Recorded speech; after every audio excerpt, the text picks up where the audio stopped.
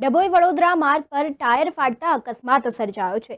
ડભોઈ વડોદરા માર્ગ પર આંબાવ ગામ નજીક લીંબુ ભરેલી ટ્રકનું આગળનું ટાયર ફાટતા ડ્રાઈવર દ્વારા સ્ટીયરિંગ પરનો કાબુ ગુમાવતા મોટી ટ્રક રોડ ઉપર પલટી મારી જતા અકસ્માત સર્જાયો હતો। ટાયર સહિત ગાડીના અમુક સ્પેરપાર્ટ રોડ ઉપર ફંગોળાયા પણ હતા।